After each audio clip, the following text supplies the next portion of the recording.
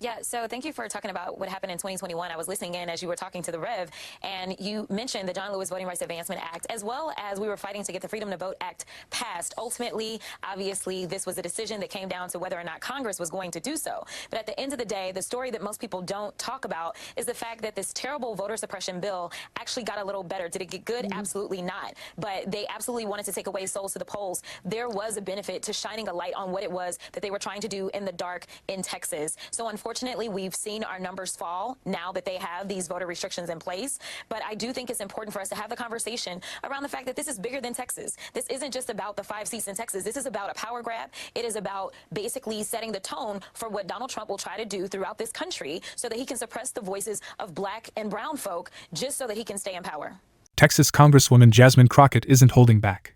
In a fiery new interview, she blasts the GOP's latest redistricting plan, calling it a direct attack on black and brown communities.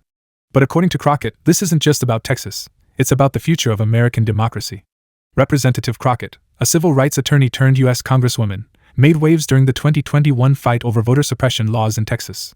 While those laws still passed, she says the national spotlight helped blunt their worst impacts, like efforts to eliminate souls to the polls, which specifically targeted black churchgoers. But now, she warns, the GOP is doubling down, with redistricting maps designed to drown out minority voices in a state where people of color make up the majority. Crockett defended the Democratic walkout that denied a quorum in 2021, insisting it wasn't obstruction, it was resistance. With the Supreme Court preparing to hear a case that could gut what's left of the Voting Rights Act, she says the stakes have never been higher. "We are literally fighting for the soul of this country," Crockett said. "And if we don't fight back, we're going to hell." The Congresswoman also highlighted growing dysfunction inside the Republican Party itself.